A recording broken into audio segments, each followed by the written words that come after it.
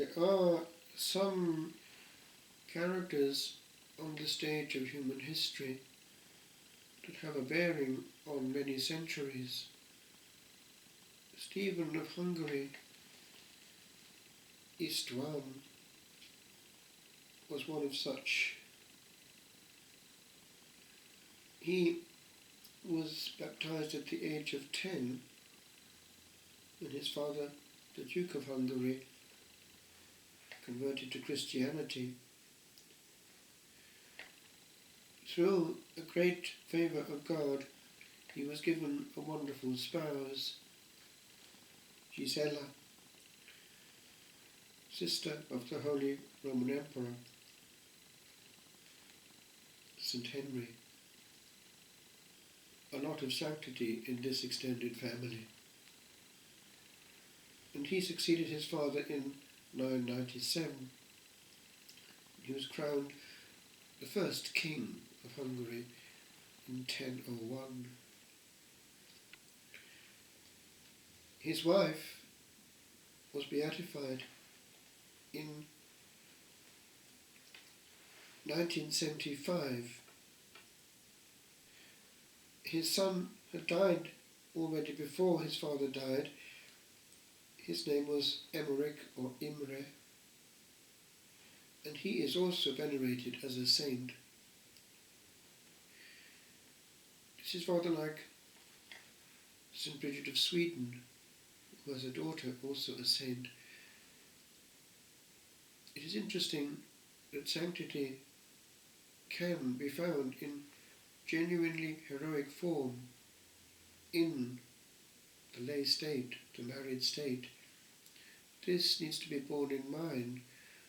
It was the intuition given to St. John Paul II for our time, hence the tendency to look also for couples to canonize. He wrote in Novo Millennio Ineunte that to ask for baptism was also to ask to be a saint. The grace is there embryonically, and to be a friend of God is to follow God through in his project. And as St. François de Sales insisted, each state of life has its project and its specific sanctity. Therefore the spouse has his own. Hungary to this day looks back to this Christian origin, and despite communist persecution has tried to remain faithful, and right now is pretty faithful, not wanting to be contaminated through pressure from on high. It stands out rather like Poland. Until recently, Ireland also stood out on the European map. Of course, old Nick knows it full well, and it is these countries that come often into very strong attack, often hidden, nevertheless efficacious. And he will find those in hidden authority who will do his work. The Christian king is a great blessing.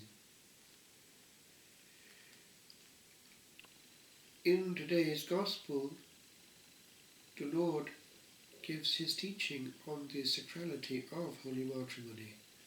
Very strong language. He demands more than Moses.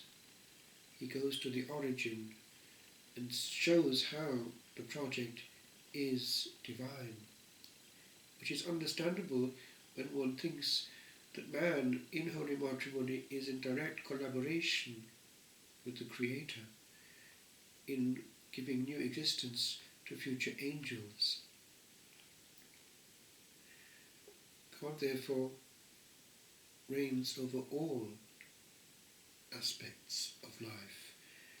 There is no corner of life, even the intimacy of marriage, that does not fall under his authority. Why? He made us, and He made our capacity to work with Him, and therefore one doesn't play around with a game. One reads the instructions for use, which the giver himself has included.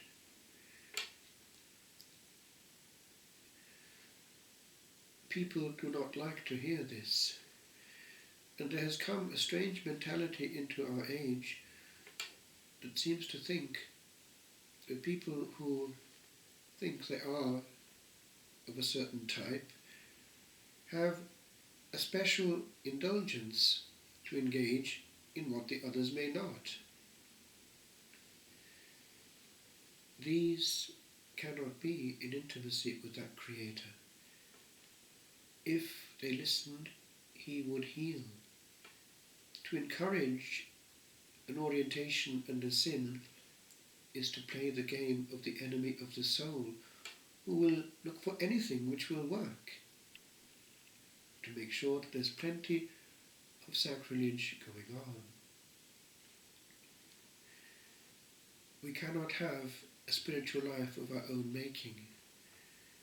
God is Lord of the spiritual life, and any apparent spirituality which is actually in discontinuity with the gospel is participating in that sin of the demon, which is pride.